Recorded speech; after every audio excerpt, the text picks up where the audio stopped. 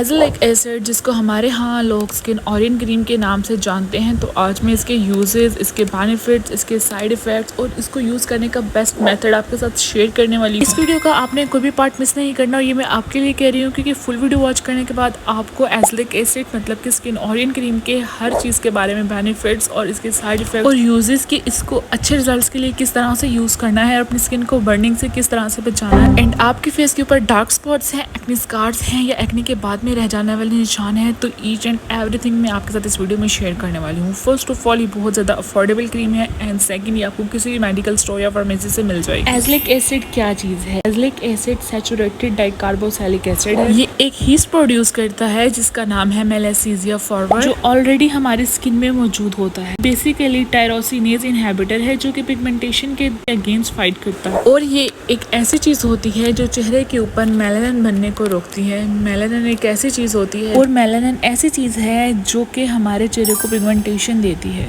Face पे melanin की मिकदार जितनी ज़्यादा होगी उतना ज़्यादा आपको पिगमेंटेशन होगी और आपकी स्किन डार्क हो जाएगी। इसका इंट्रो हो गया कंप्लीट। अब हम बात करते हैं इसके बेनिफिट की। एज़ेलिक एसिड के बेनिफिट्स हैं, ये हाइपर पिगमेंटेशन को कम करता है, ये एक एंटीऑक्सीडेंट है, एंटी इन्फ्लामेटरी है, माइल्ड एक्सफोलिएटर है, fight acne and post acne spots, तो एक्ने स्पॉट्स को भी काफ़ी हद तक ये रिड्यूस करती है। अब बात कर लेते हैं इसको यूज़ करने की। तो इसको यूज़ किस तरह से करना है? फर्स्ट ऑफ ऑल आपने पैच टेस्ट लाजमी कर लेना है। If you are a beginner तो आपको बर्निंग, इचिंग, छोटे छोटे से स्किन पे बम्स बन सकते हैं और रेडनेस का इशू हो सकता है। आपने इसको टारगेट एरिया पे यूज़ करना है। पी साइज आपने अमाउंट लेनी है, फिर भी ज़्यादा होगी, बिल्कुल मटर के दाने जितनी आपने लेनी है। और आपने जहाँ पर आपको पिगमेंटेशन है या फिर कुछ स्पॉट्स हैं, एक्ने स्पॉट्स हैं, डार्क स्पॉट्स हैं, कुछ भी है या मेलास्मा के लिए आप यूज़ करें, तो आपने फेस के उसी एरिया को टारगेट करना है, उसके ऊपर डॉट एड करनी है, उसके बाद पूरे फेस के ऊपर इसको सेपरेट कर देना है, अच्छे से अपनी स्किन के अंदर ऑब्जर्व करवाना है। तो ये मैंने बता दिया कि आपने कितनी अमाउंट किस तरह से लेनी है और किस तरह से लगानी है। इस क्रीम को आपने बिल्कुल क्लीन फेस के ऊपर लगाना है। टॉवल के साथ ड्राई करने के बाद क्रीम इस तरह से लगा लें।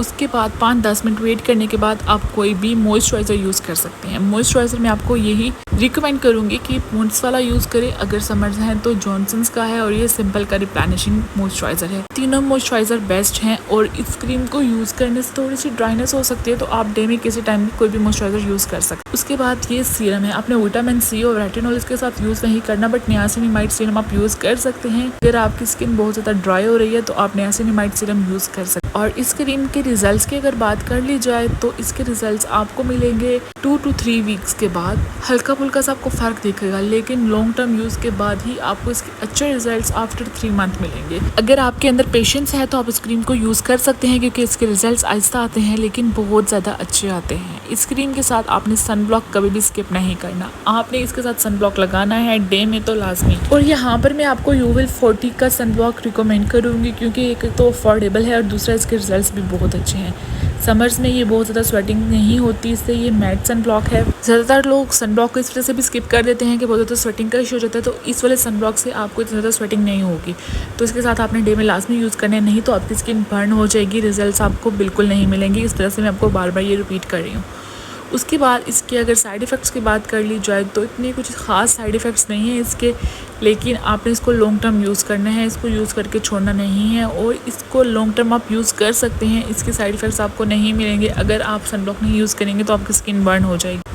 तो ये मेलामाइन की जो क्वांटिटी है वो आपके फेस के ऊपर से कम हो जाएगी, तो वैसे ही आपका फेस बहुत ज़्यादा क्लियर दिखेगा, आपकी स्किन बहुत ज़्यादा ब्राइट हो जाएगी। आपको कोई क्वेश्चन हो इसके अबाउट तो आप मुझे इंस्टा पे डीएम कर सकते हैं या कमेंट पे भी पूछ सकते हैं, लेकिन जो मेरे जहन में मैं वो आपको बता दूं कि आप इसको लॉन्ग टर्म यूज़ कर सकते हैं, इसके साइड इफ़ेक्ट्स नहीं होंगे। उसके बाद आप इसके साथ कोई और वाइटनिंग क्रीम यूज़ नहीं कर सकते। आप सीरम जो मैंने आपको रिकमेंड किया और मॉइस्चराइजर, रेटिनॉल, विटामिन सी, इस तरह के आपने कुछ भी और प्रोडक्ट्स और सीरम्स यूज़ नहीं करने। और स्टार्टिंग में आपने 2 डेज़ के बाद, ऐसा बिगनर 2 दिन बाद ही आपने इसको यूज़ करना है। उसके बाद आप डे और नाइट दोनों में यूज़ कर सकते हैं, लेकिन फर्स्ट 2 मंथ तो आपने 2 दिन छोड़ कर ही यूज़ करनी है। If you are a beginner, अगर आप पहले से यूज़ कर रहे हैं तो आप इसको डे और नाइट में यूज़ कर सकते हैं। तो इस 5 मिनट की वीडियो में मुझे लगता है कि मैंने ऑल टू ऑल सब कुछ कवर किया है। फिर भी किसी के माइंड में कोई क्वेश्चन हो या कोई क्वेश्चन करना चाह रहा हो तो मुझसे कमेंट सेक्शन में पूछ ले या इंस्टाग्राम पे पर्सनली भी आप मुझे डीएम कर सकते हैं। इसकी इसके अलावा भी मैंने अपने चैनल के ऊपर बहुत से प्रोडक्ट्स का रिव्यू शेयर किया है। वाइटनिंग क्रीम्स के बारे में डिटेल्स, मेडिकेटेड क्रीम्स के बारे में भी डिटेल्स मौजूद हैं।